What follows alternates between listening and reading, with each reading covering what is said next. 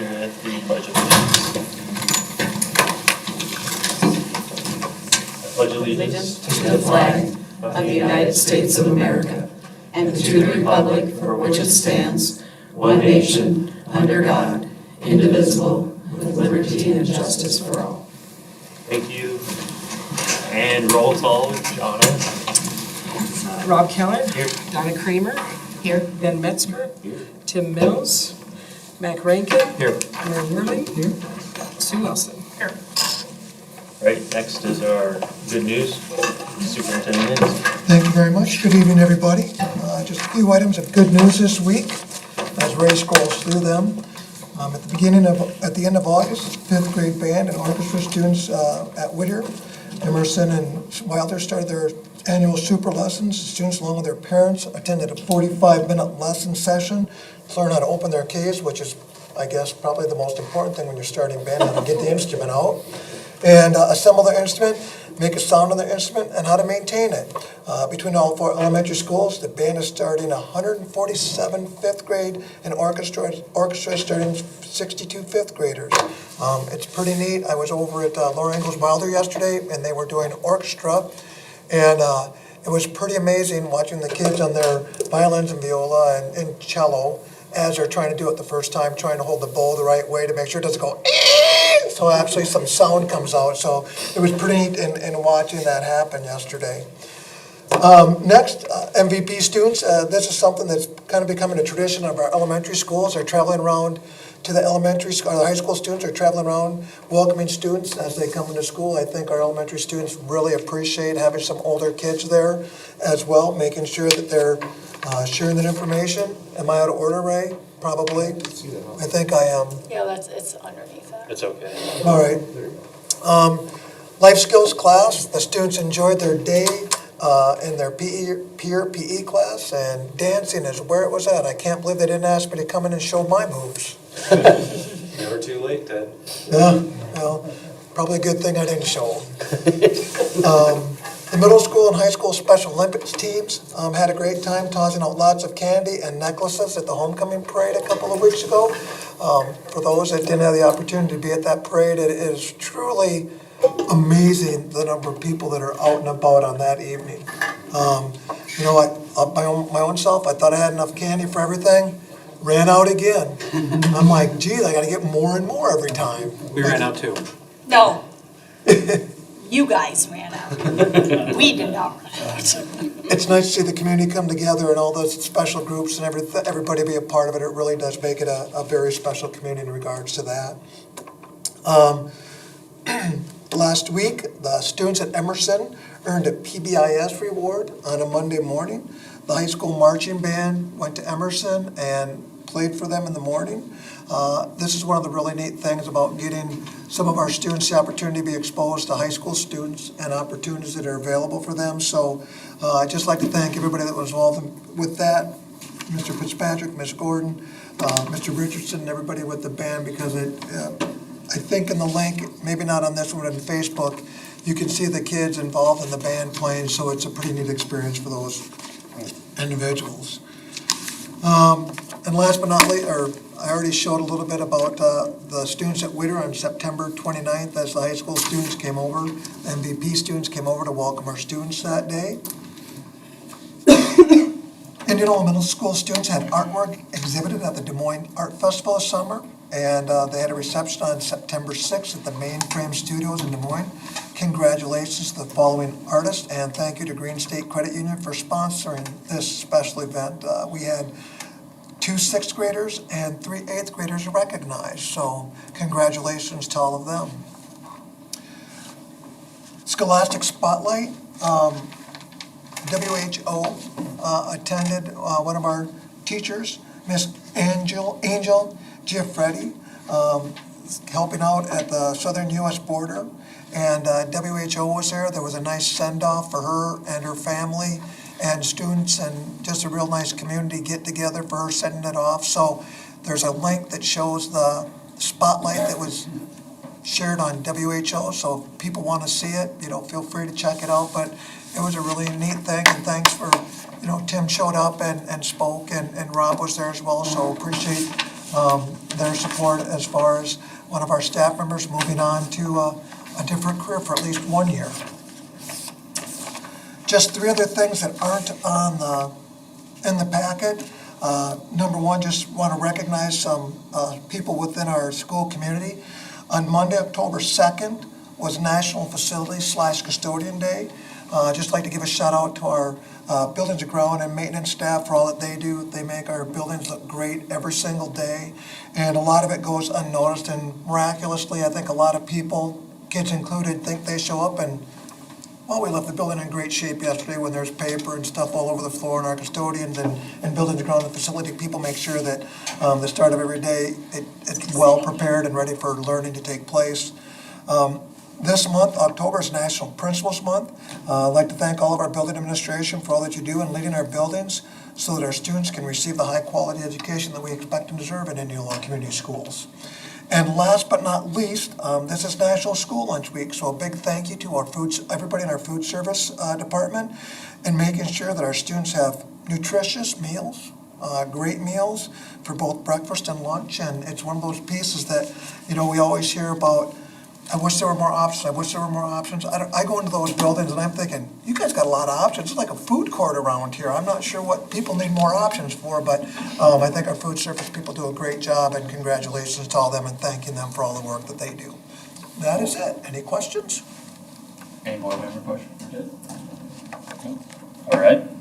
Any board member reports? I don't have a report, but I have a couple comments I'd Sure, like to make. sure. Since this is my last official meeting, I wanted to thank the administration of this school district, the school board. Rob, Ben, Sue, and I started, and 2 months later it was COVID. So it's been a very challenging couple of first years, and we know we didn't make everybody happy, but we tried our best. So that's all we can do. And there are some misconceptions, I think, about what it is to be on the school board. And since I'm a teacher, I just have to reiterate what this is about. And one of the things we do is we hire and evaluate a superintendent. We accept the annual budget that's done by our wonderful board secretary, Jonna, prepared. We're so lucky to have Jonna, by the way. We establish vision and long-range goals, and we set policy.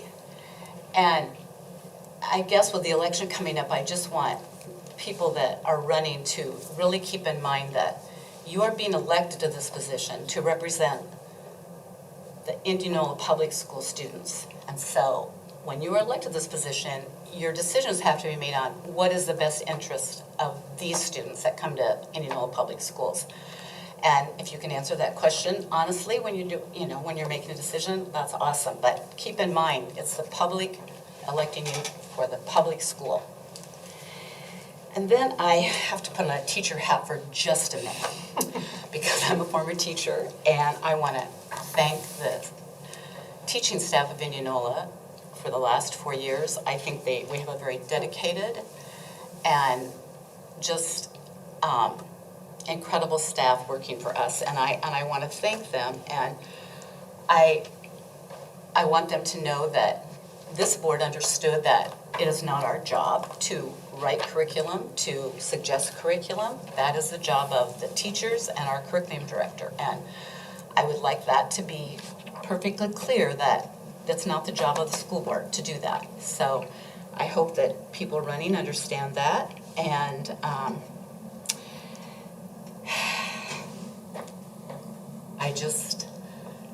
I've enjoyed working on this board. I've had some great people to work with, people that I would never have known had I not, well, I might have known you, Ben, and I already knew Ryan. But I didn't know Matt or Rob or Sue, so it's been great. I thank you, Ted, for joining us. We have really enjoyed having you also, so thank you. I'm done now. My kids said don't make the lecture long enough. I can go on and on, but they didn't want to. Thank you for being one of our guiding lights through all of this. You've done a great work. I'm not so sure we're in the right spots tonight. I liked us over there, you know. I know, I in said, center. it's Ryan to I us. still, I still understand. Last day, we got switched know. back. I know you want to sit by me, didn't you? Yes, didn't you? Since I bet Don, can I sit by Don?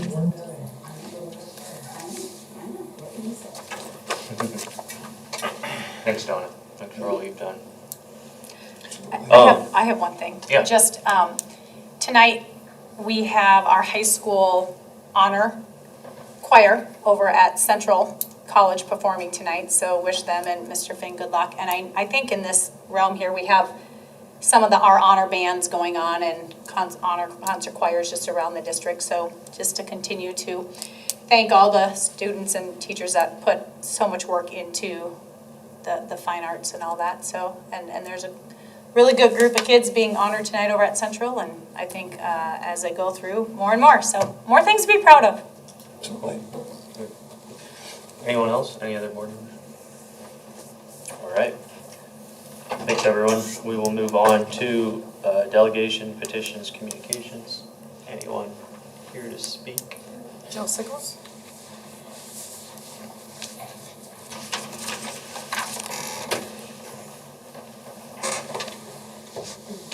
Good evening, my name is Jill Sickles. I have 2 children in the Indianola schools, a sophomore and a 5th grader at Emerson. My family lives in the country about 3 miles from Emerson in the high school. We can drive to Emerson in under 10 minutes.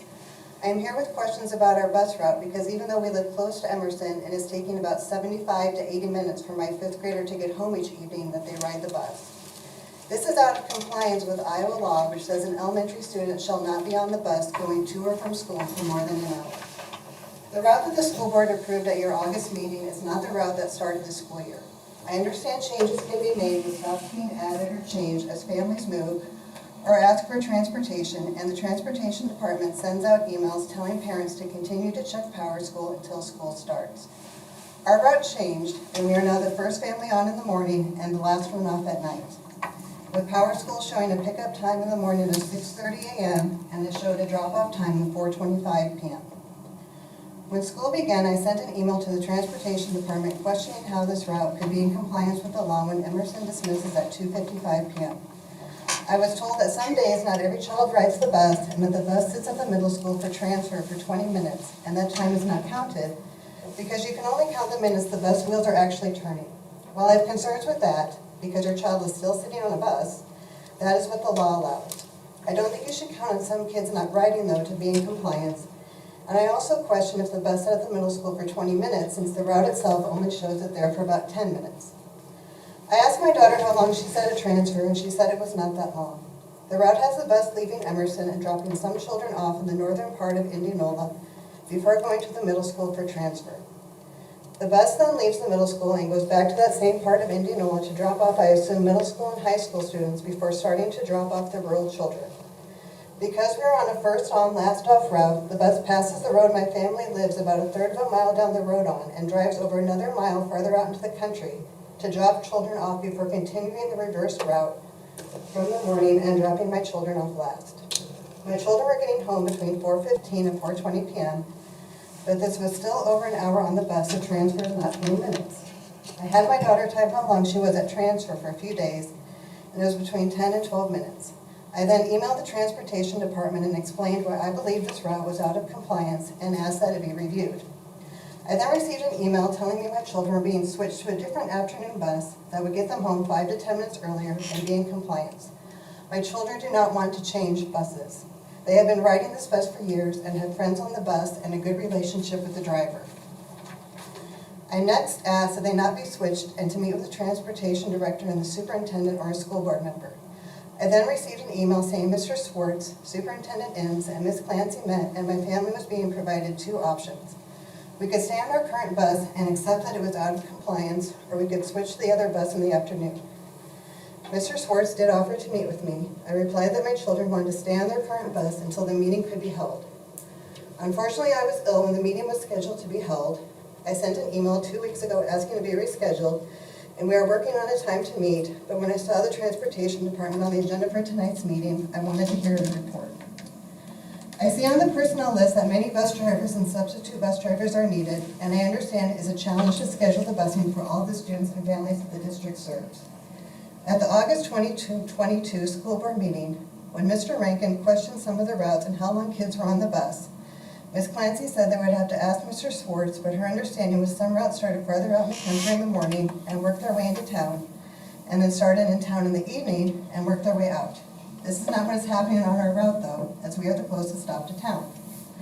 So my questions are, how are the first on and last off routes determined? Do you look for alternate routes to avoid having a family be first on and last off?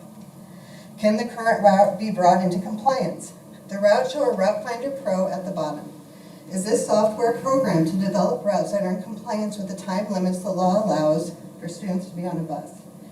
If it is programmed to check for that, why was this route not caught as being out of compliance? If the software doesn't take route length into account, what steps are taken to check the routes for length compliance? My family has made adjustments to not have to ride the bus as often, but other families may not have that option. Again, I am asking for additional information about how bus routes are determined and how they are reviewed to ensure they are in compliance with the law, because parents should not be the ones to have to monitor that. Thank you for your time. Thank you. Anyone else here?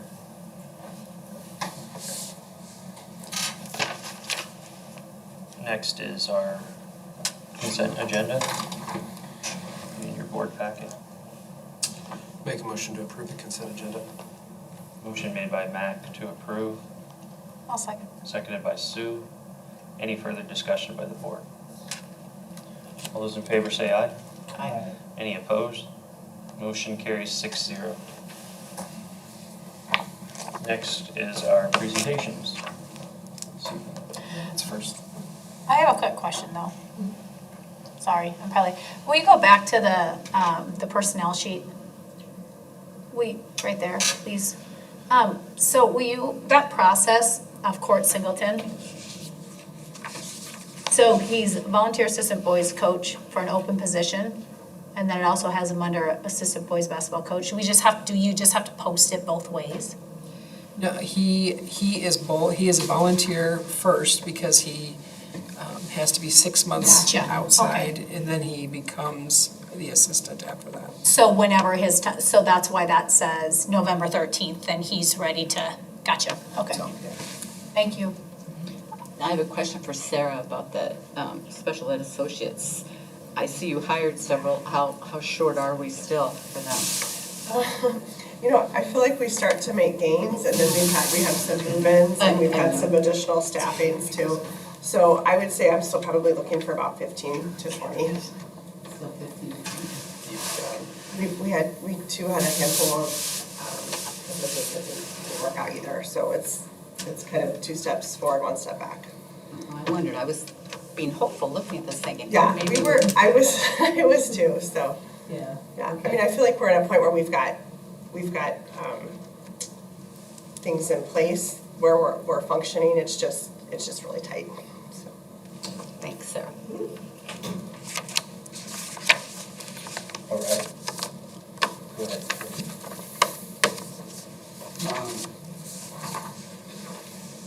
I was asked to come tonight to talk a little about in-town busing. I talked a little bit about it with the facilities committee here a while back, and what I was just going to do is give you a little background on how it's handled in town. Since there's more families moving into town, and you may be getting some questions with the new families in town and things like that, but just to give you a little background and a little history that by law, the district has to transport kids K through 8 that are over 2 miles from their center. And that is as you drive a car, not as the crow flies. And then it's 3 miles for the high school students. And we are well within those parameters as far as in-town busing. The other thing we look at is Highway 92 and 65, 69. there's no students that cross that on their walk paths to get to their school or their attendance center. All middle school students are eligible for transportation. There's a small area of the high school that would be around the Emerson zone that would be a no transportation zone for the high school side of it. But all other high schools, students that are south of 92 and west of 65-69 can have transportation. It comes down to the elementary schools, and when we talk about in-town busing for the elementary schools, the first map up there, Ray has up there right now, is the map that was when I came in 15. That was the actual map of the school zones in at that time. And since then, I think it was 18 and 19, we switched from having the middle school as a transfer point in the morning, and we went to having Emerson and Orleans Wilder as morning transports for a couple reasons.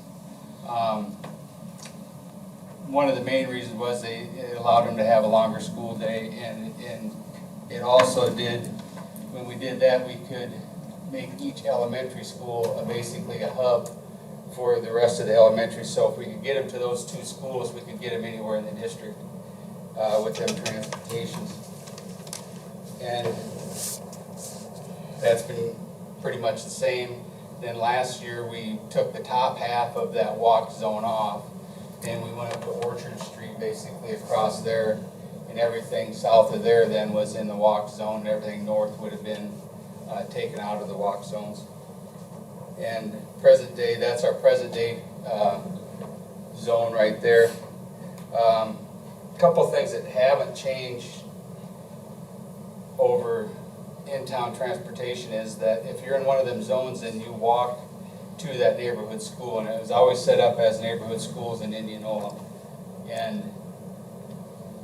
the only thing that has changed is that it used to be if you were in the Emerson zone basically, and you were going to, you moved into the Emerson zone, but your kids went to, let's say, Whittier. They either moved your kids to Emerson, or you were in charge of getting them from that walk zone to Whittier. Since then, we've changed it with these hubs that we can have the kids, elementary kids, walk to their closest elementary school, and then we get them to the center that they attend. And that's where we're at right now. We've had some discussion with some families that basically they just think it's too far to walk, but at the same time, we're not asking anything out of one family that's just, let's just throw up, we have a family at 800, say, East Euclid, and one at 802 East Euclid. One family goes to Emerson. They're in the walk zone, they gotta walk to Emerson. If the other family happens to be a Wilder student, we're asking the same of that family to walk to Emerson, get the shuttle bus, and get them across town to the school they need to go to. So we're not actually asking any more out of a family that's on the shuttle buses. And the system has worked out really well. But I kind of want to just throw that information out in front of you, because if you have questions about how it's ran, I'm here to answer them. And the other thing is, with new families moving to town, you know, it's always, at the beginning of the year, there's always at least a handful of them that come up with questions about how in-town transportation works. So that's what I have. So anything on the south side of 92 It's all transported. at their driveway, or is there pickup spots at certain blocks, or how does that? In town, there's group stops. Okay. That goes for all elementary, middle school, high school kids. And there's certain buses that are mostly middle school, high school, and there's certain buses that are elementary. And then, like in the morning, south of 92, we'll have two buses that go through there, and they pick up elementary kids, take them out to Wilder, to the transfer, or if they go to school there. And then them buses actually release and they come back across town and pick up the high school, middle school kids. So we don't have high schoolers on with elementary, I can't say that as a rule. but we try to do Try to that. keep them separated Gotcha. out. Okay, But if a country bus, there's going to be a mixture of kids in Correct. that bus. And then there is going to be, right, yep. but we try to get most elementary kids one way and the high school, middle school kids the other way.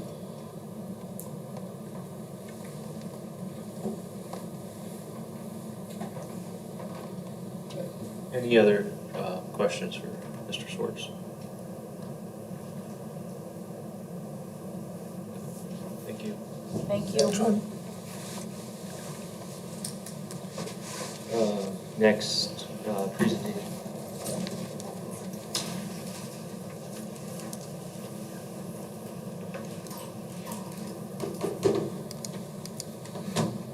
Hi, I'm Christy Ellison, I'm the middle school principal, and I'm here to talk to you about the individual career and academic plan. Students 8th grade through 12th grade are required to complete the state-approved career information. We used the decision-making system that we use is a program called Zello.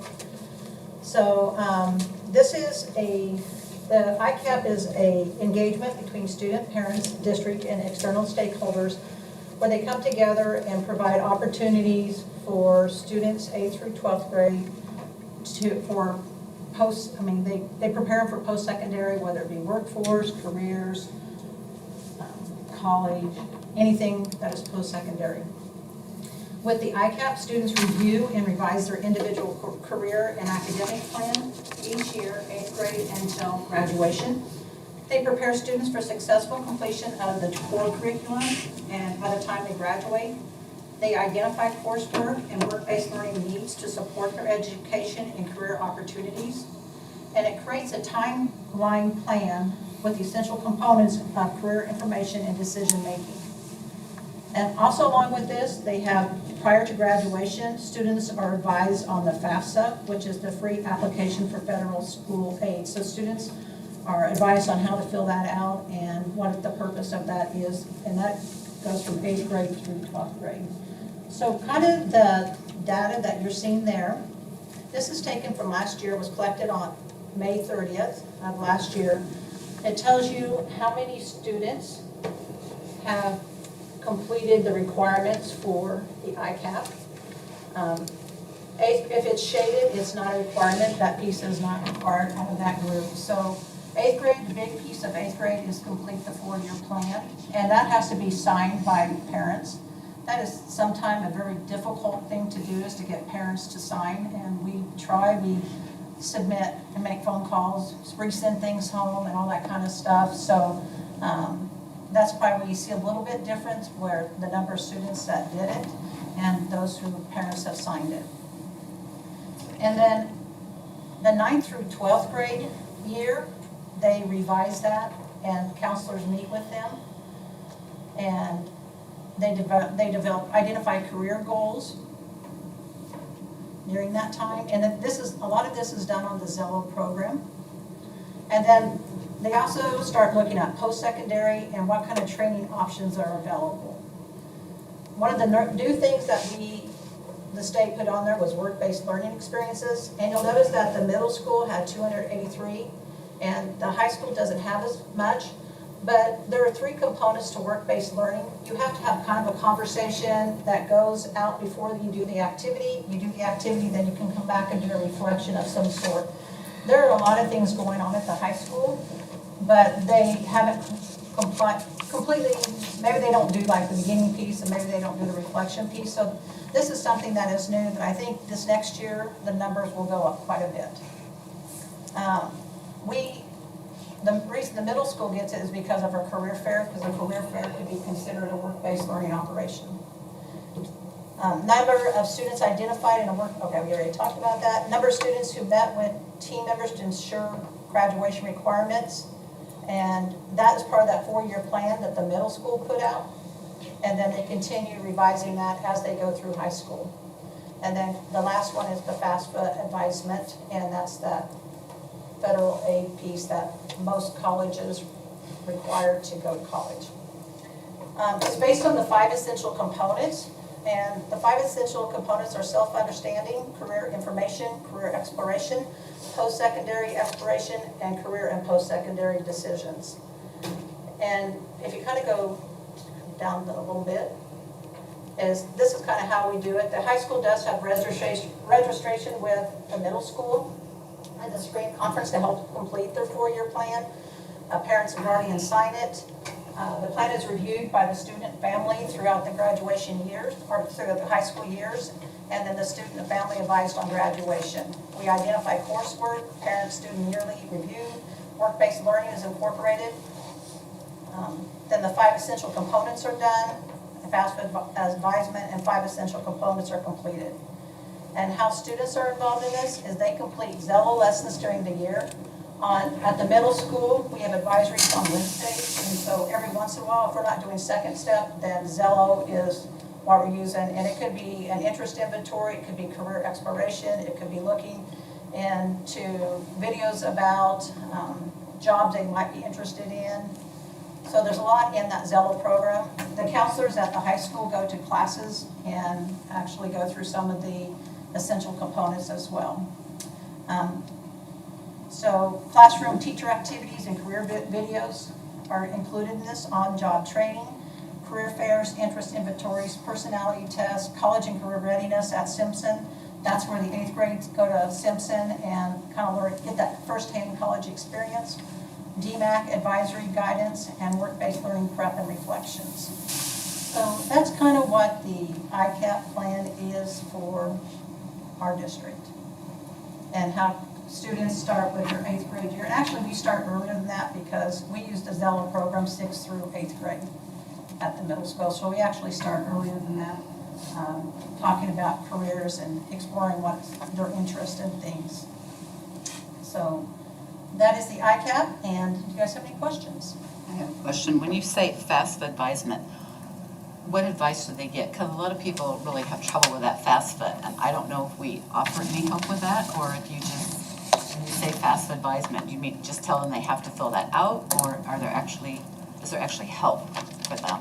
I can only, right now, I guess. As I would say, you might mean, yeah. Middle school, we just kind of give a small introduction of what it really is, Right. and kind of talk about it. I do think they offer some things at the high school to help complete that, so. I'm just curious, because They I have met a with some parent people that had session. trouble filling it out. The high school has a parent session where they can come in. Okay, I just was checking on that. I didn't know. I didn't think you probably knew, but I thought I'd ask the question now. And they've actually pushed it back to be completed. It won't open, I think, until December 1st instead of typically in October. And they continue to do things such as link it directly to your tax returns. They're Yeah. trying to make it much more simple in the process. So Oh, that's hopefully- good. Yeah, but there is a help session that the counselors do at the high school. It's for that graduating class. Great, thanks. Yes, so an application to see what kind of federal aid or scholarships or grants that you might be able to receive for that. And it can be daunting for families, so it is important. Especially people haven't gone to college and they're trying to look at it and figure it out. It's hard, so I just want to make sure we were offering some kind of help with that, so thank you. Do you guys know, so how much of this should I have seen already as a parent? Like if I have a junior this year?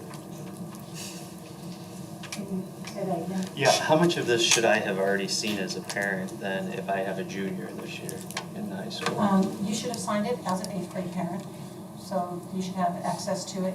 And you should have access to Zello and their portfolio that, it's not really a portfolio, but every lesson that they do in there.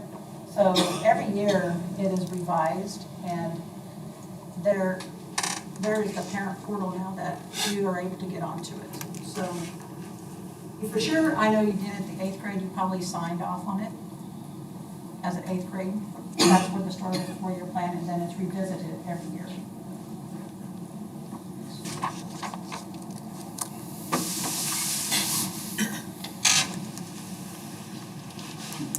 All right, for the fun stuff now.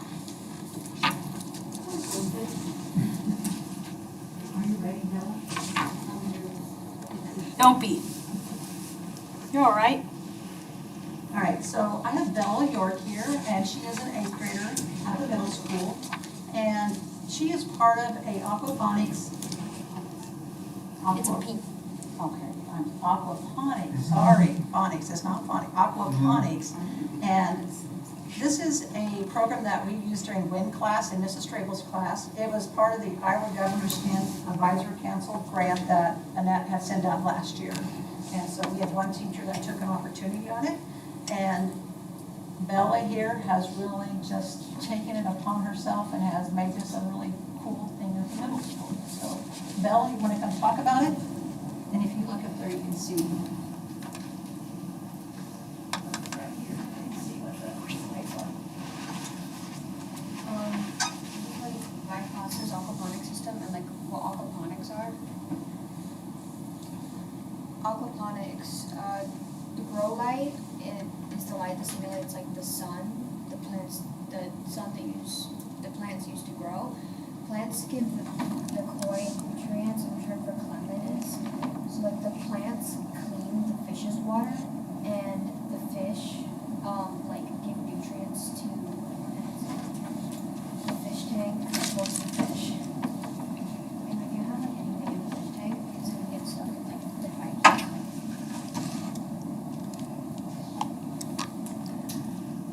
An aquaponics system is a food production system in which fish are raised in tanks of water where plants are also grown, so the waste from the fish provides food for the plants, and the plants keep the water clean. Aquaponic system designs can vary. Aquaponics is a aquaculture. Hydroponics is the process of growing plants in sand, gravel, or liquid with added nutrients but without soil.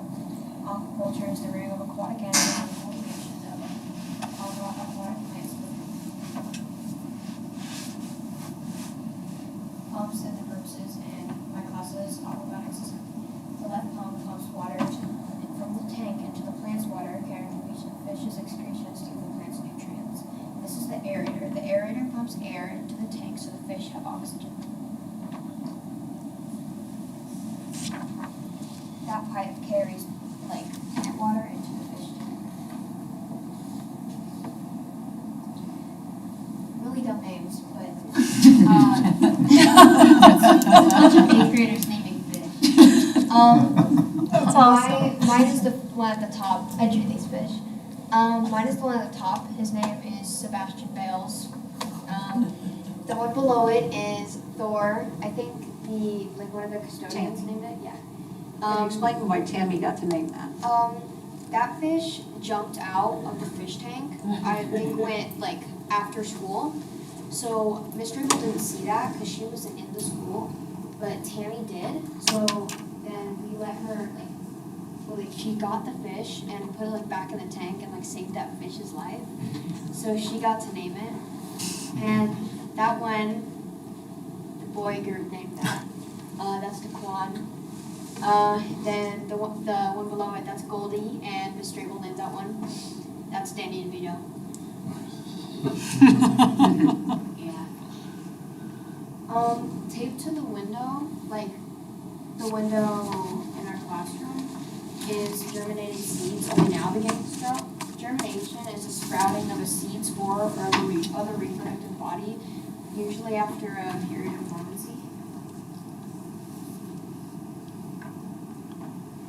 This is our group and our system. Me, Lily, Miley, Joseph, Brayden, Olivia, Dakota, Mac, Jace, Audrey, Gavin, and Matt. Ooh, awesome. This is when we got the fish. The fish came in literally a box, and the ride was really traumatic, so the fish are traumatized.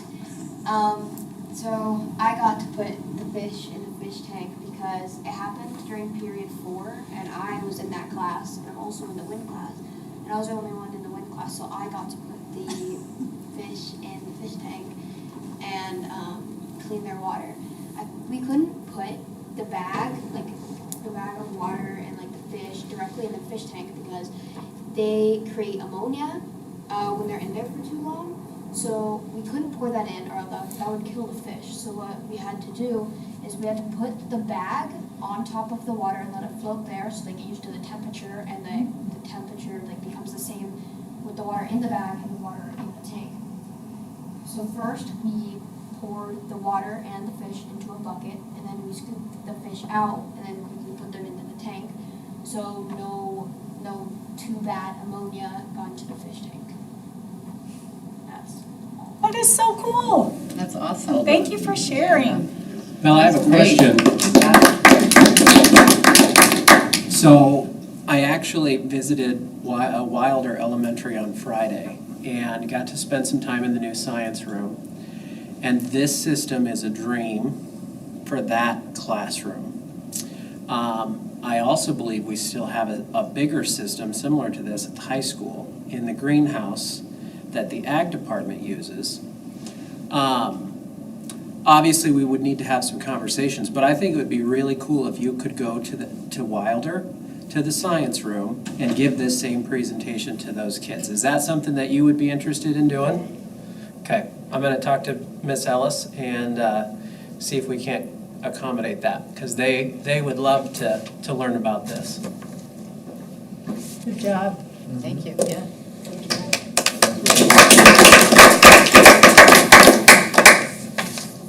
I also had the privilege of, this is the second time I've heard this, because Miss Ellis and I were walking through the building one day, and we stopped in, and if you get the chance to see it, it's a pretty neat whole setup there. I mean, I learned a ton that day, just on all that you did and how it was all set up and ready to do it, and it really is student-driven. It wasn't like it was an adult said, this is what you do, this is what you do, this is what you do. So congratulations again on doing just a fantastic job.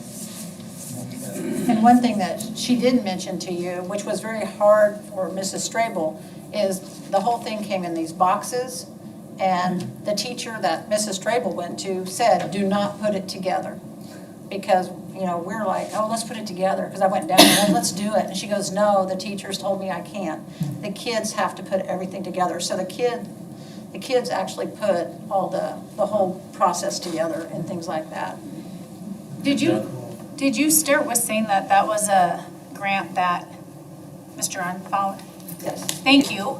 Thank you for watching those grants so closely and getting on top of them. For the state of Iowa, it's called Scaling Up. It's Scale Up Grants, and it was offered to all of the secondary teachers at that point, this piece. And I really think the thanks need to go to Mrs. Strable, because she had to go during the summertime on her time, even though I think there was a small stipend with it, but she got trained over a full day or so for this. So when you have teachers that really are, I guess, as Donna was saying earlier, very, very committed and love the students and love what they're teaching, then we get results, such as this. So, and specifically in education, it's called an aquaponics system, which is the aquaponics, but for education, it is aquaponics. So lots of good things happening with science throughout. Yeah, that's awesome. Bella, does it make you want sitting there. Does it make you want to go into a career that's like that? That has to do with fish and kind of the environment and stuff like that? Kind of. Yeah, it's awesome. We're supposed to only get 4 fish, but we got 5. There you go, you got a freebie. So if any of you guys have little plant clippings, there's like little squares, and every square needs to have a plant in it, because the roots are what cleans the water.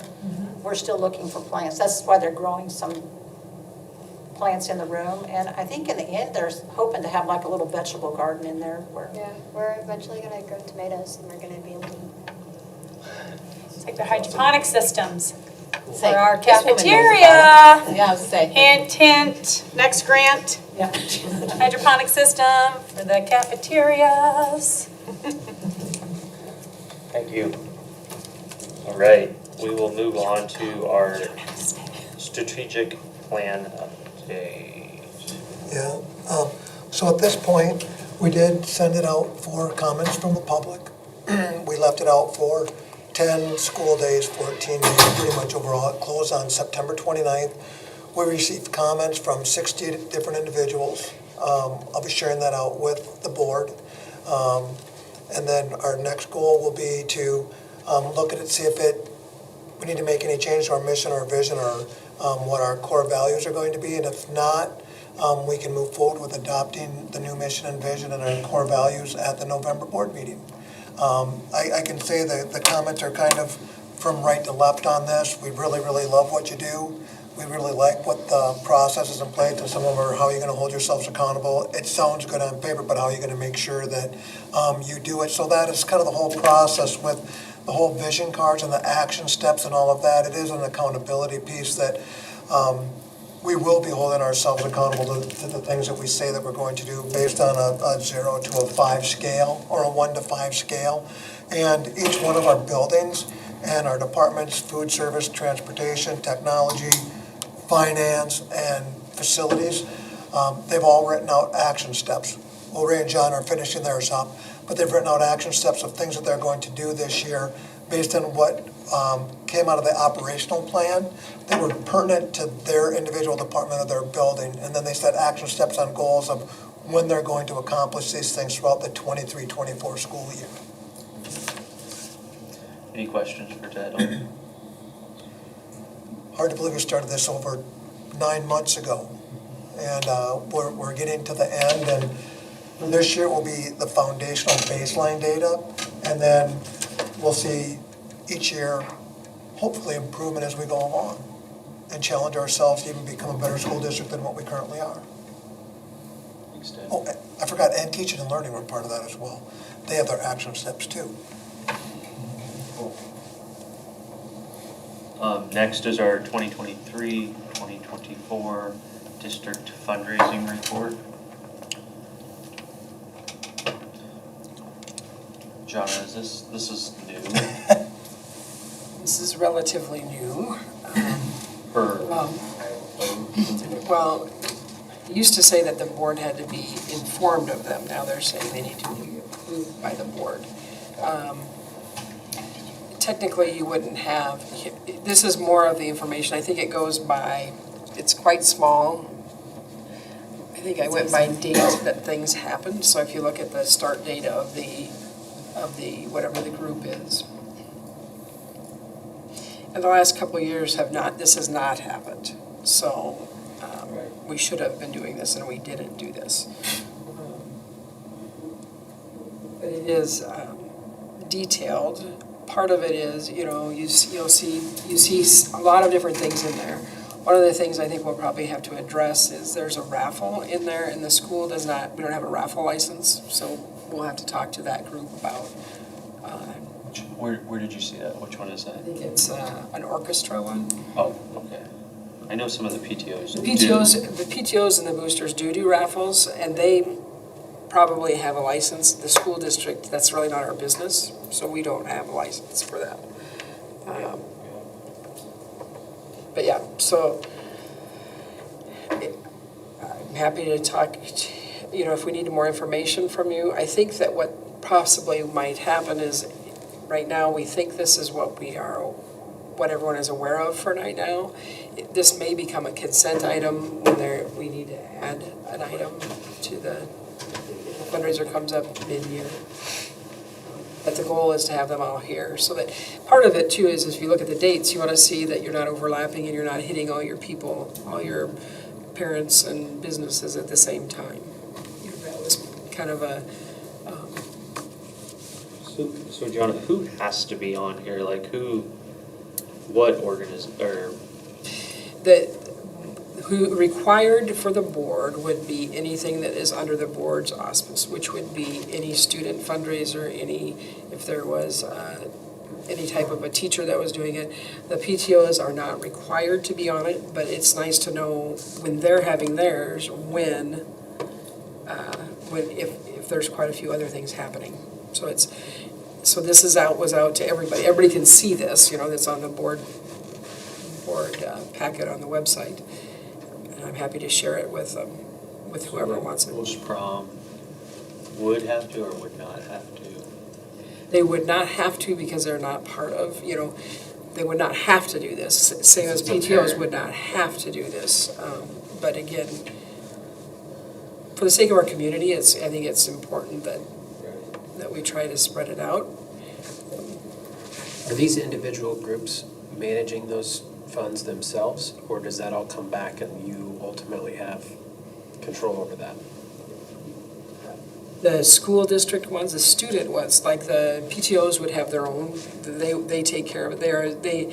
As long as they have a 501c3, we allow them to do, and which all our PTOs do, our boosters, our music boosters, athletic boosters, all have a 501c3. So they have their own reporting that they have to deal with, federal government wise, so. But show choir, vocal group, FFA, what are some of the other ones? Art club. Are those? Those are school district ones. I'll put a plug in for Don's Chicken. It's great. So,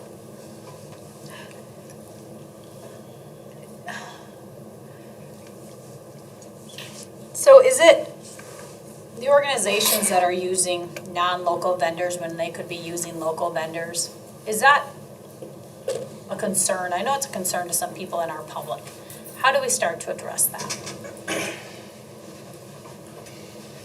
For example, give me an example. Well, for example, I got a link for one of the girls' events, and it's through Decker Sports, and the shipping was $11.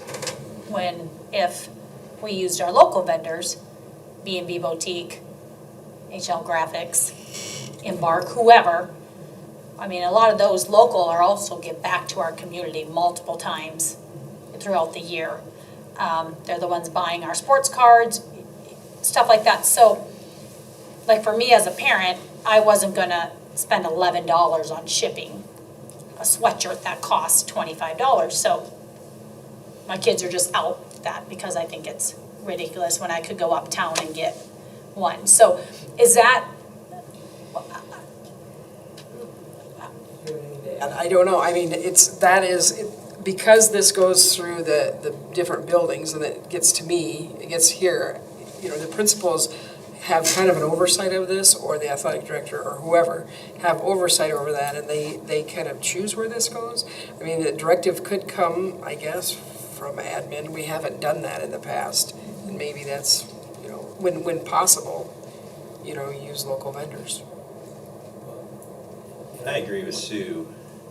I guess the question would be if they have the capacity, but I wonder, is that something you could create a board policy where it goes to them first or whatever, and then if they don't have the capacity to do it, then we can, because it makes sense. I mean, they're the people that are at events, they buy the cards, they support our community.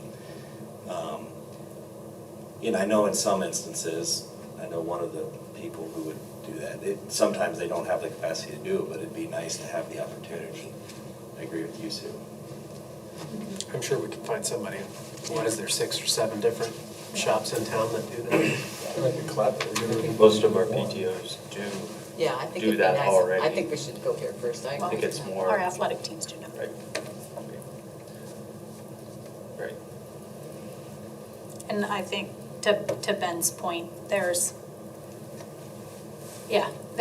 several organizations in town that aren't getting any business, and there's some that are getting a lot of business. So I think there's more than enough to go around. And when the vendor comes to us locally and says we're tapped out, then that's a different situation. But I don't know. Thank you for your comments, Ben. Right, I would just need an approval of this report. Motion to approve the report as is. Motion made by Ben. I'll second. Seconded by Donna. Any further discussion by the board? We will be meeting with our PTOs and music boosters and athletic boosters. Leadership, Leadership. So is that where you could put what we thought about on that agenda, or how I do we think so. go I think that further would be a with this good thing. conversation if we want to? So there may be some administrators we may need to have there as well then. It starts at 5 on the 23rd, which is a Monday. So it's different from our normal meeting, but it is scheduled as a board meeting. We may have workshop. It will be we will possibly have some action that needs to happen. Okay. Maybe. you know. Okay. So if that's, and then it would move into the workshop piece of it. So there's no Okay. action that happens in the Short workshop. board meeting. Yeah, and then move into the workshop. Okay. All right. All those in favor say aye. Aye. Any opposed? Motion carries 6-0. Next is our board curriculum committee I meeting. wasn't there, so. Darn it, I was gonna say, take it away, it's your last one. Except I wasn't there. Ryan? Let me look at, hold on, log out.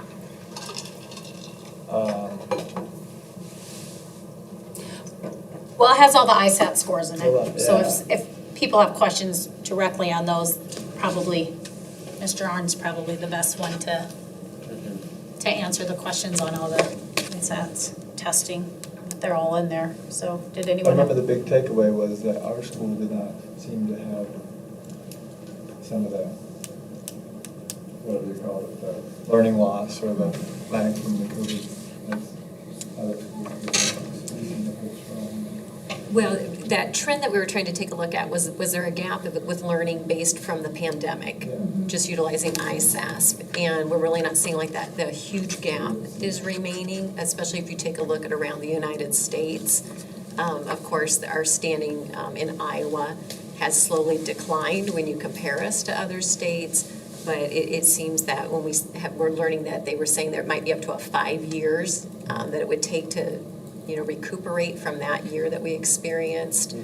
Some of those trends we were looking at was that that's closing for our students here. We do need to take a look a little bit more closely too at transition times. We know when students transition from one building to the next, like they do from middle school to high school, with everything being so new to them in a new building, you typically might see a drop in their scores because they just get cognitively overloaded, right? Trying to find their way around. There's a lot of things taking up their space in their brains. I know the high school has been working on transition activities, especially for freshmen, and we just need to continue hitting that hard on supporting them during that time so we don't get a dip with that happening, so. I know we also talked about oh geez, I almost said something, that was HR. We have later on an approval for books. I know that's coming up here too. And then Ray, can you scroll please? Thank you. And then we talked about the SIAC committee and how really they met, and the topics include educational goals, looking at things like family engagement, equity, and district wellness plan, dress nutrition, like hydroponic systems. No, I'm just kidding. That wasn't in there. And physical activity. We'll have an action for this book.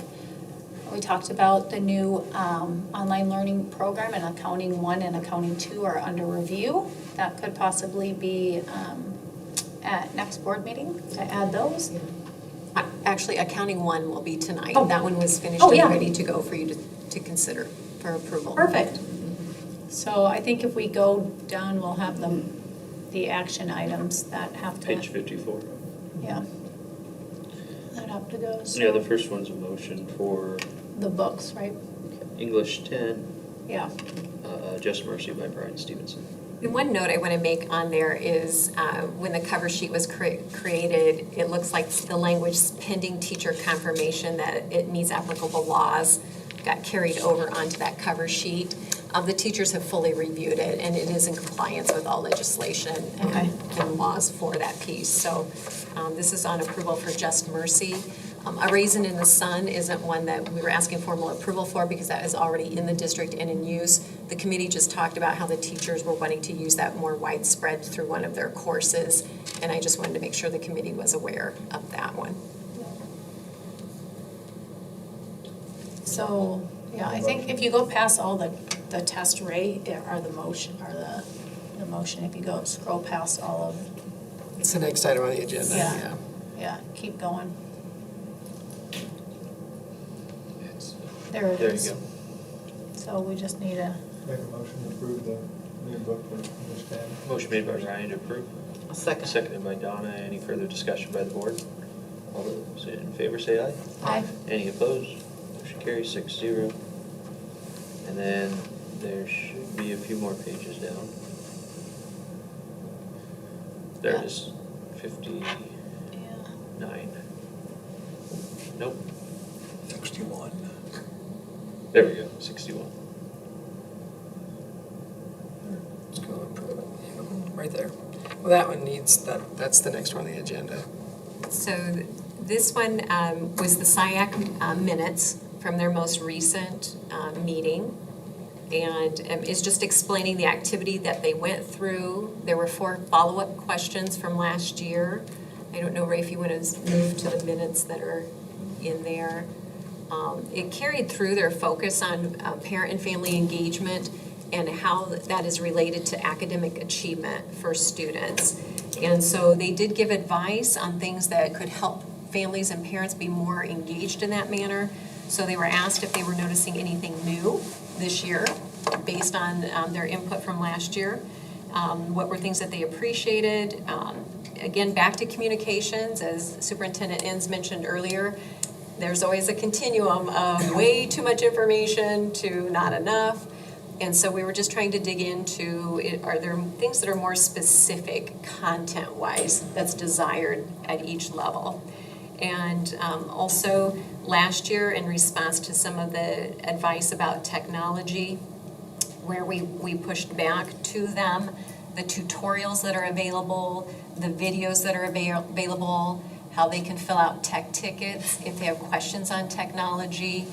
So those resources are there, and whether it's making people even more aware of those or continuing to support them. But we wanted to know then too, if there were different types of sessions, what would be meaningful to them, and that information was collected. The other part, I would say that they were extremely positive about all of those events at the beginning of the year to get families into buildings and to help support students as they moved through all the back-to-school bashes. They really appreciated that. And then we also went over these 4 goals that were drafted at one point according to the strategic planning process that Superintendent Enns mentioned earlier this evening.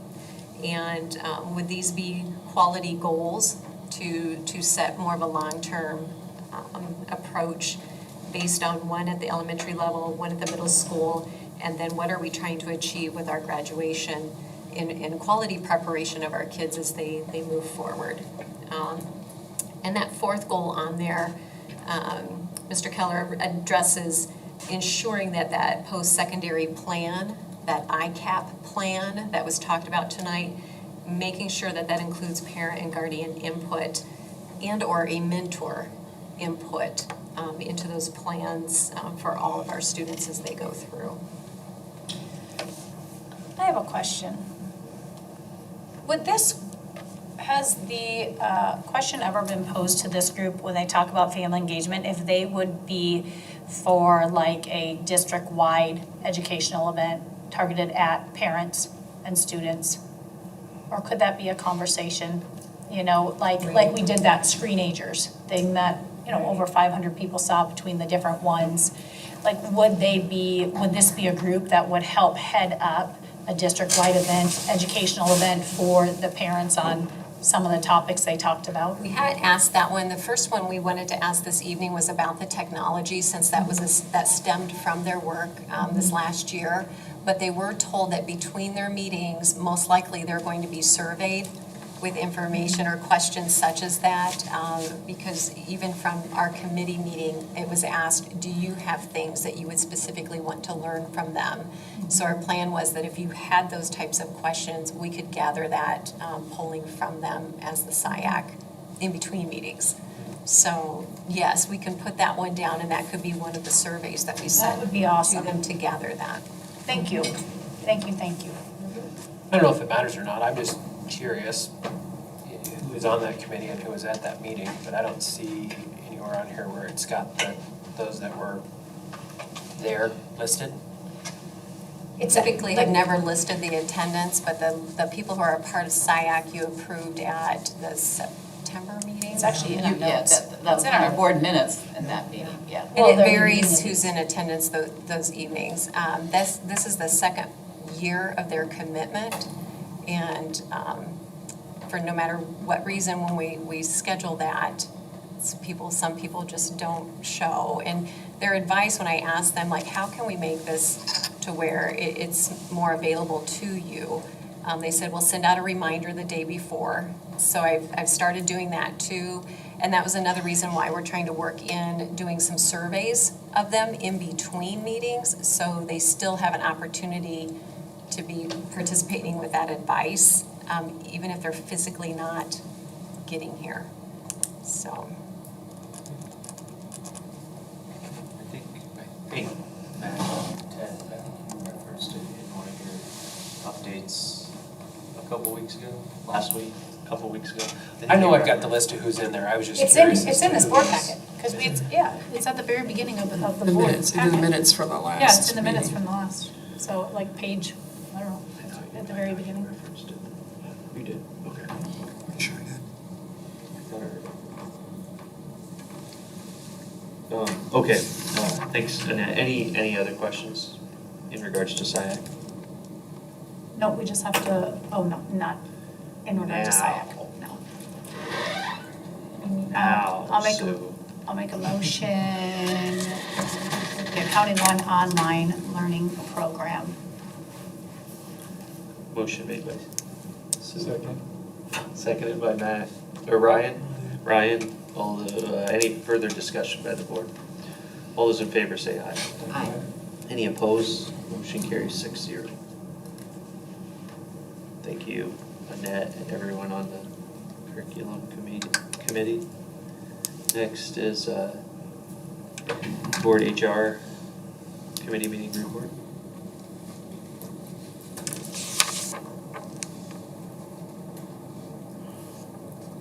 Who's that? We discussed hiring someone else for the business office official position, is that the right? Yeah. Okay.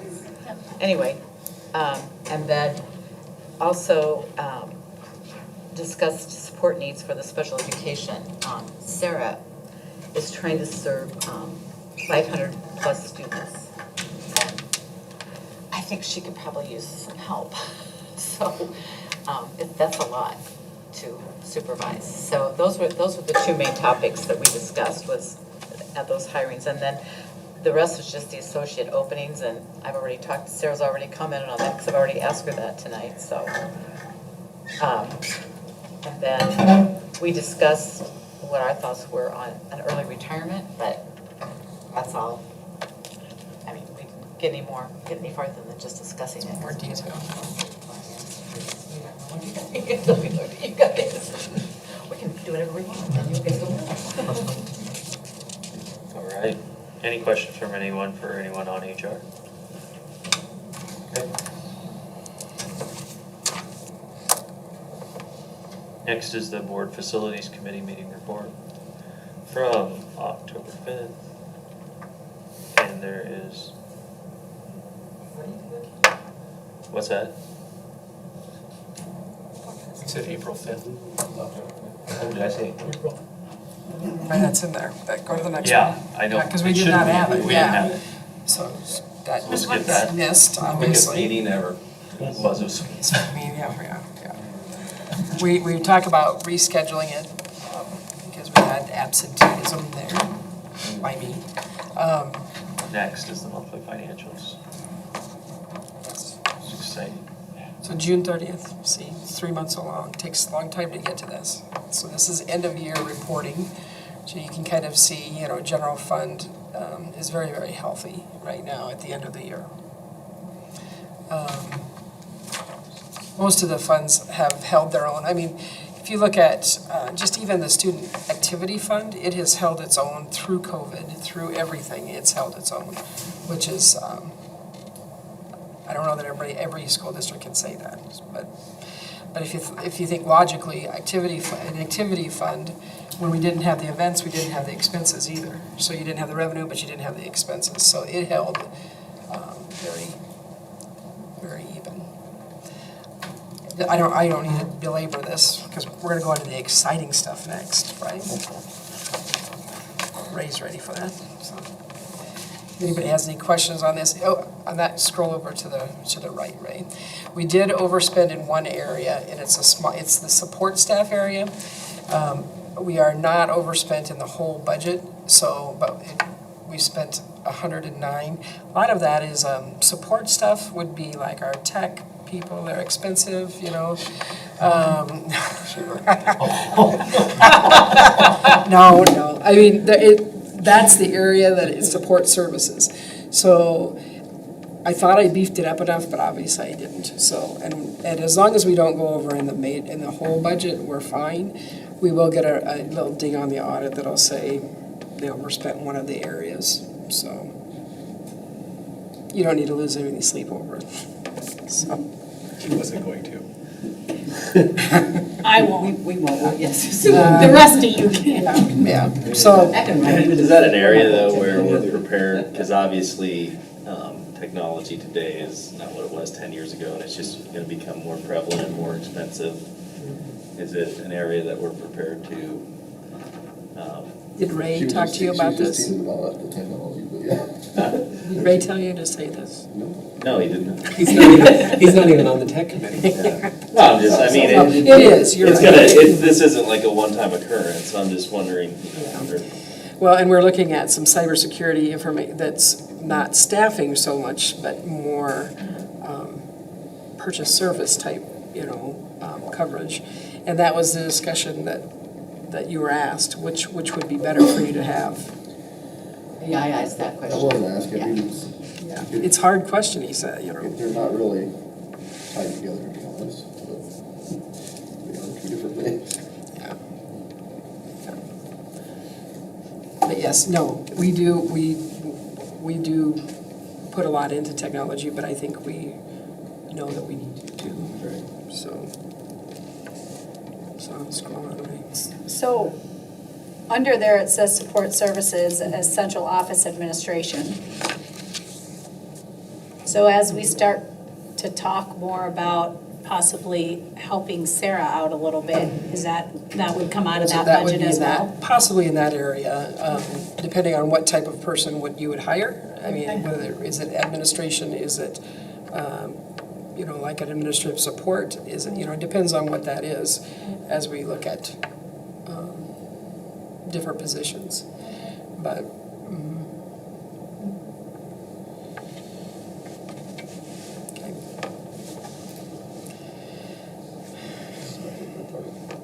what's that, your favorite part? This is my favorite part. Somebody The graph. told me. The graph. It's easy to see. I mean, we're in the best position we've been, but obviously you just continue to grow. But to Ray, to help Ray out here, he did, part of the funding that helped us get technology for all our students was the ECF funding. And that all came in this year. We spent it last year, and that's why it looks a little weird. We spent it last year, so you see where it's spent, and we went, a year ago, the dip in June is way down, but it obviously came back this year, and so it finished off, over $1 million to the positive this year compared to last year from revenue to expenditures. So that was credit to Ray. IT bringing in money, did you hear that? Right. And we resold a bunch of equipment, spending back on that too. Look at this. A couple $100,000. In this corner. So yeah, that's kind of June 30th. That kind of finishes this Yeah. last fiscal year. We're in the middle of the audit right now, and it's remote, so it's kind of odd to do it that way, but that's what they've done the last few years. And so I just close my door and work on the audit. So We just need a motion to approve the monthly financials before we move into the annual. Make a motion to approve the monthly financial. Motion made by Ben. Seconded by Matt. Any further discussion by the board? All those in favor say aye. Aye. Any opposed? Motion carries 6-0. Next is the 2022-2023 annual financial reports. Okay, so summary, I won't go crazy, but it is the most exciting part of the evening. Has been working. To me. I kind of give you a summary on that sheet right here that talks about, if you look at how local, state, and federal, federal is going to go down because a lot of that was COVID money, that will go away. Other is a transfer, so it's kind of I kind of don't look at that, but it's part of our total. So 45 million is what we received this year, revenue-wise. Not that long ago, local and state looked similar. Right now, it's it's 14 million to 27 million, so it's, local is half of what it used to be. I think it used to be very much local and state were equal, federal was always much less. In the one sheet that you want to look at that it shows the different funds of restricted balances. Go a few pages, but hold on and come back to that, okay, Ray? Okay, go. It's a larger print. There.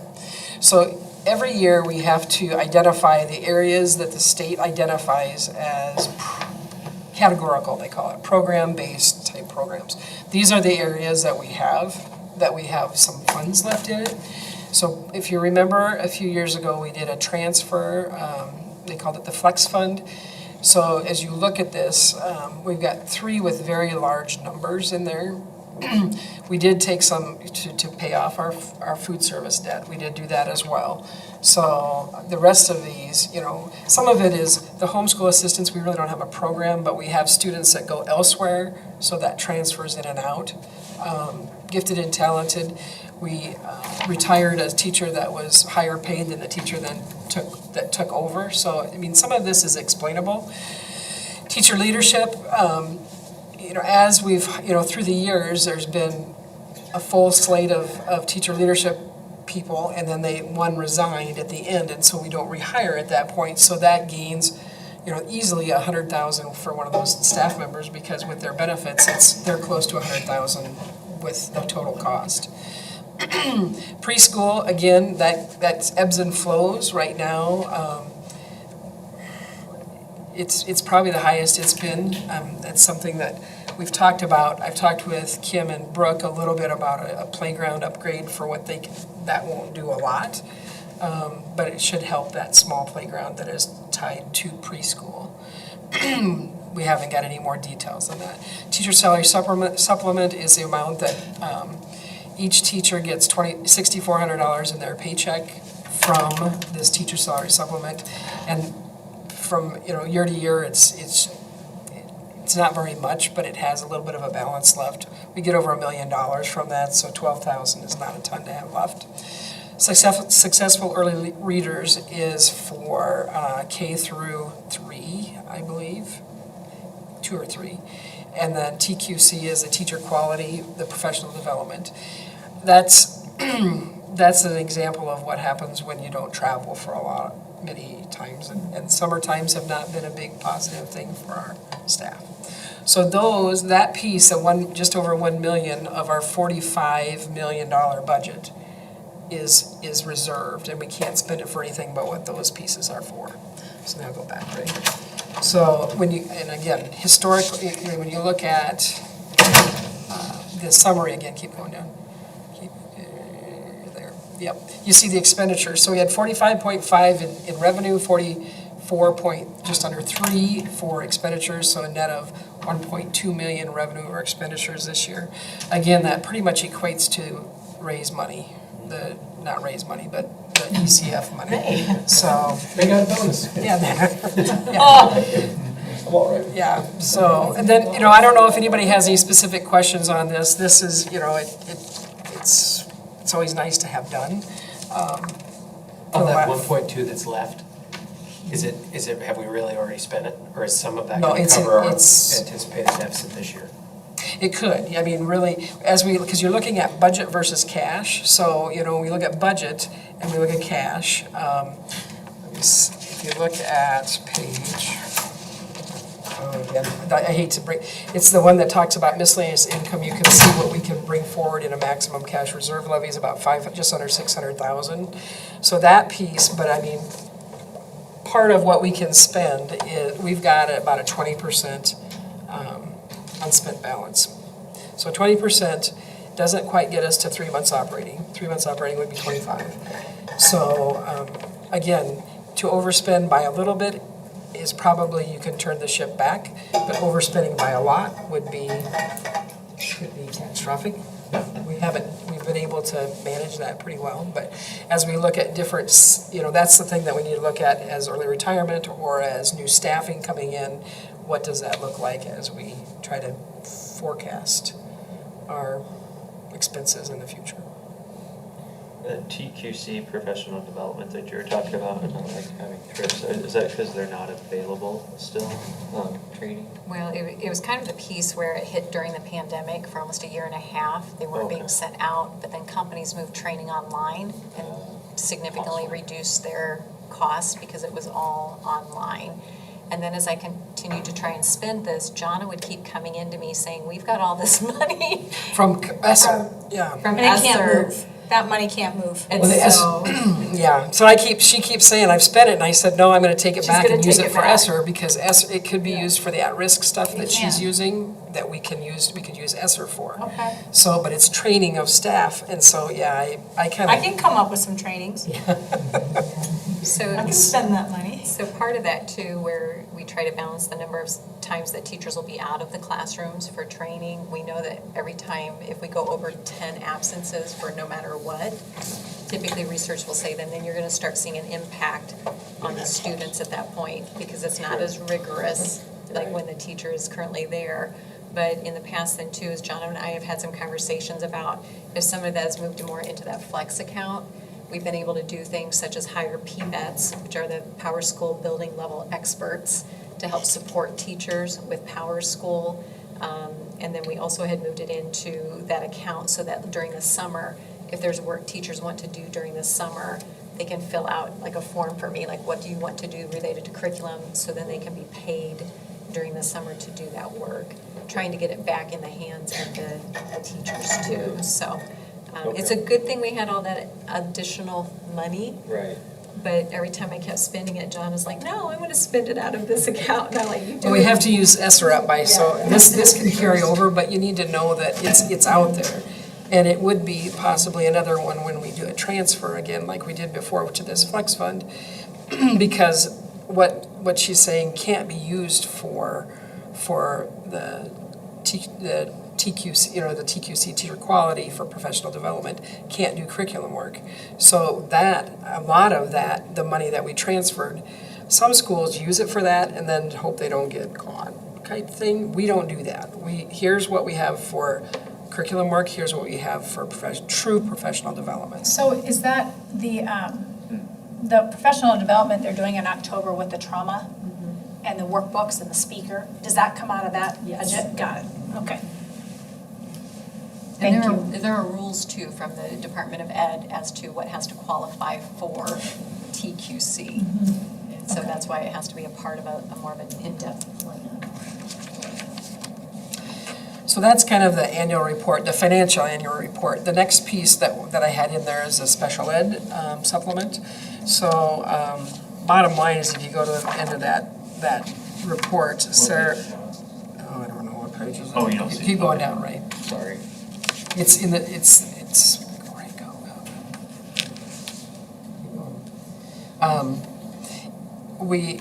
every year, we've had a special ed deficit. However, for the last 4 years, we've reduced that deficit to where it's at, we're at 72,000 as a deficit. Keep going, it's a different report, okay. So you can kind of look through to see how this is calculated. It looks at your kids in, your kids out, your revenue. Okay, keep going slowly now. What's that? Right there. Up. Expenditures year to date, and then go up a little bit. There, bottom line, 72,000. And a school district that is very close to, and are similar size to us, is at 2.1 million. For the same, it's just how, and I don't know. It's also how kids come and go into your district and how they're counted. There's a lot, but we have been fortunate to. We've had higher in years past, but We've had higher. The highest I believe we had, Sarah, was 800,000, negative 800,000. That was a few years. Before Sarah, that's before Sarah, yeah. Sarah and I have worked hard, she's worked very hard. I've worked hard as, we have the Medicaid, she does a lot of Medicaid training for our people, but that's revenue back in, and if you look through that report, you'd see that how much money in Medicaid that we received, and it's to the tune of, just a second, $463,000. That if we didn't have that, then we would be at close to $550,000. The other piece too is making sure that our IEPs are weighted correctly. So for the services that we're giving students, we want to make sure that we get reimbursed for the maximum amount, so. And Sarah's very good at that, I want to tell you. She's very good at that. So, so I just put the numbers in. She does all the work, so. But it's good to see that, and it's good to see that we're using our money wisely. I think that we are using it responsibly, because you'll hear a lot of people say that special ed is not weighted where it should be, and then we should have higher weightings. But you have other opportunities for revenue that I don't know that everybody is using either. That those pieces, the Medicaid didn't used to exist that many years ago, so. And then transportation is you'll see the 4-page report. And one of the pieces that I look at is the average cost per pupil transported is what, $777, isn't it, Ron? Did you look at that? But per mile, when you look at a per mile cost for us to drive a bus with a driver is $5.37. So it's not cheap to do it, but they're in a safe place when they do it. So you can take these home and read them tonight if you want to read, if you want to ask me any questions. Happy to help. I'll make a motion to approve the certified annual financial report. Motion made by Mac to approve report number 1, certified annual financial report. You can do them all if you want, Mac. Okay. All of them. Yeah, all of them. It's 2 and 3 as well, Mac, if you do 2 is the special education supplemental report, and 3 is the annual transportation report. So motion made by Mac for those 3. Seconded. Seconded by Donna. Any further discussion by the board? All those in favor say aye. Aye. Any opposed? Motion carries 6-0. Next is the 2022-2023 maximum allowable growth request. Starting on page.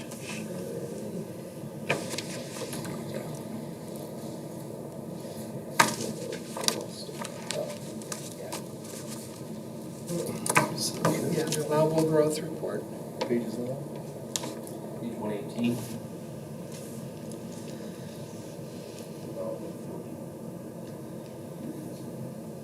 Skip the finance committee report? Or is that where we're at? We sure did. Okay, that's what I was How thinking. do we do that? Okay, well, it's numbered wrong. The max, You ready to jump to 118? please, yeah. That's the way it is in the, there, okay. It's that time of year where we look at the, getting more budget money. This is budget versus cash. So our special ed deficit that we just talked about, we can get that, part of that money back. We can get it back as the $72,000 as budget for future expenses. We do receive a little bit of that back as like state aid, middle of the year, next year we'll get it back, but it's probably more like a couple $1,000s. Mainly it's the budget that we're looking for to get back. And then the other piece is previous year LEP, which is limited English proficient cost. So what we received from the state was short by $128,000. So we'll ask for that again as budget. There's future meetings that we'll talk about is LEP, and again, that's our limited English. Instruction beyond 5 years, we get a little bit back for that, not a lot, but that would be another place where we're looking for modified supplemental amount money for that, as well as when we know what our open enrollment is, hopefully there's an increase that we'd have an option, and the other one is open enrollment out students that were last year and not this year. So those, because our student count finalizes on Sunday, we won't know that until then, so those will be to be acted on at a future meeting, but I do need the two, special ed deficit and the previous LEP costs, separate motions, so. Make a motion to approve the maximum modified supplemental amount for special education deficit of $72,063.66. Motion made by Mac, seconded by Ben. Any further discussion by the board? All those in favor say aye. Aye. Any opposed? Motion carries. And then the next one, right? Make a motion to approve the maximum modified supplemental amount for the previous year LEP excess cost of $127,997.97. Motion made by Mac, seconded by Ben. Any further discussion by the board? All those in favor say aye. Aye. Any opposed? Motion carries 6-0. All right. Okay, we missed the board finance committee meeting report. 1/1/15.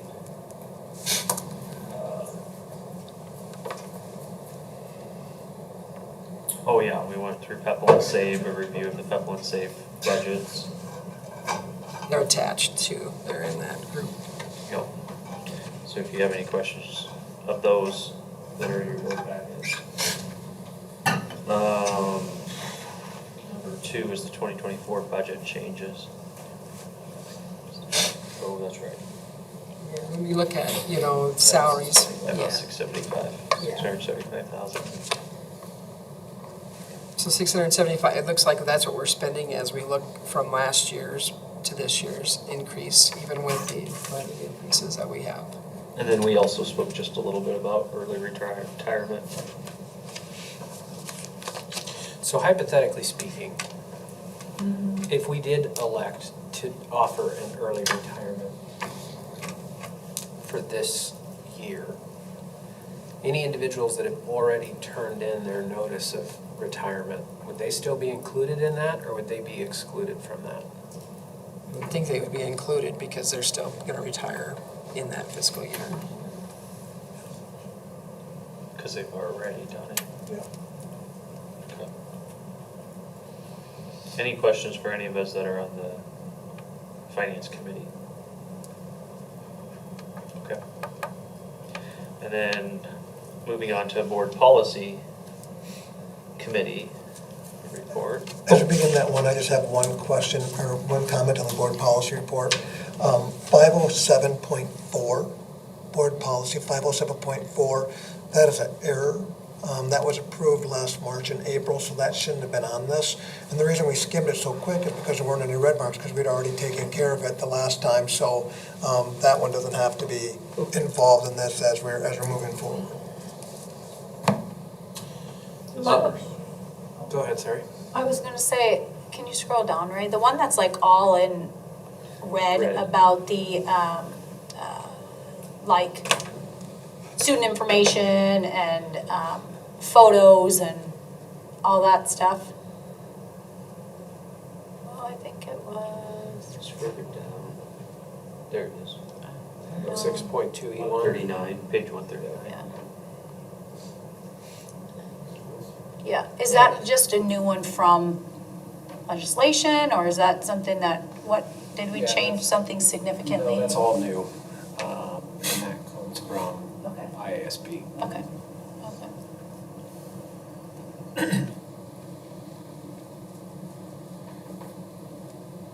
A little bit longer list than what we normally have.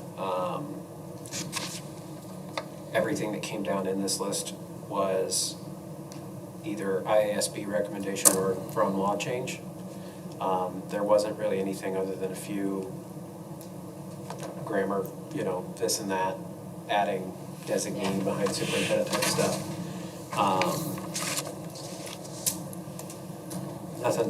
Nothing real exciting, just kind of some simple updates, I guess. Sometimes it is.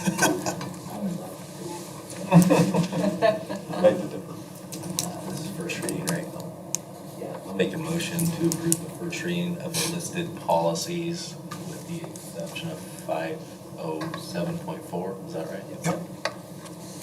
Motion made by Ben.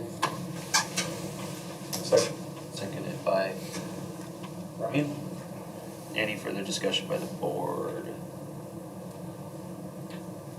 those in favor say aye. Aye. Any opposed? Motion carries 6-0.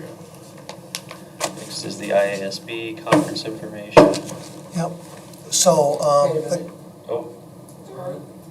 Sorry. There's first reading and second reading. Did you mean to put that both in there, Ben?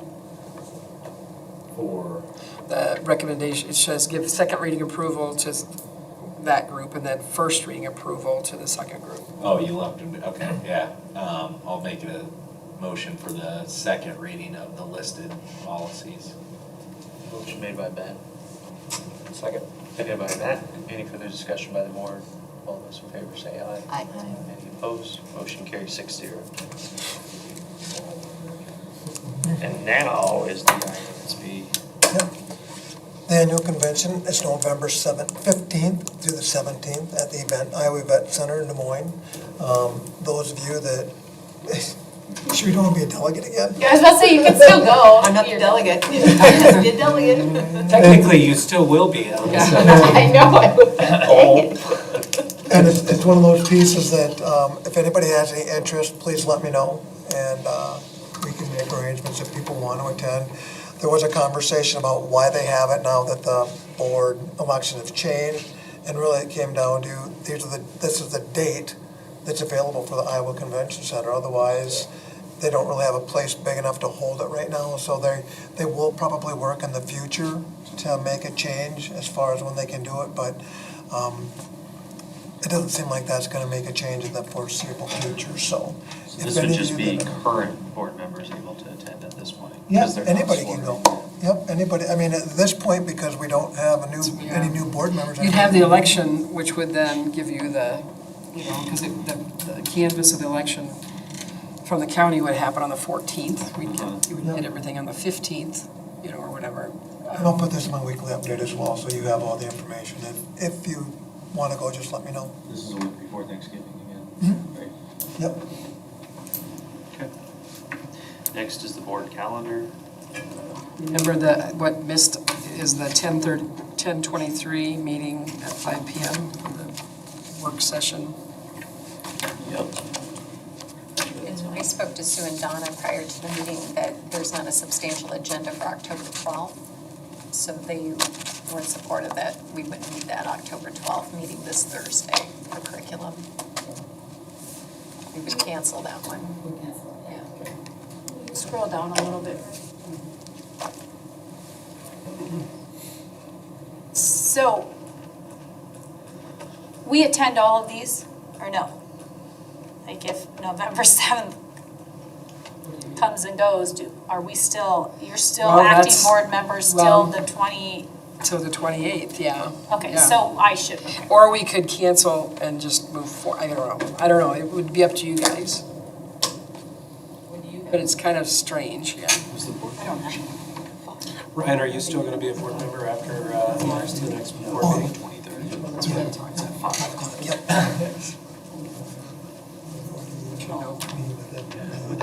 Yep. Yep. 5 o'clock. And the October, we have one on the 23rd, right? That's Monday, the 23rd at 5 PM. It missed this update here, so. It's a busy week.